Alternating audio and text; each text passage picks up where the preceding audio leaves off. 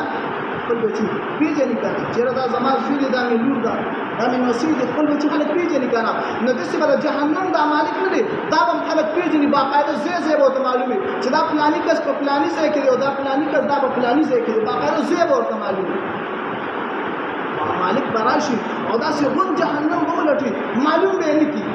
جهنمي هغه معلوم نه کی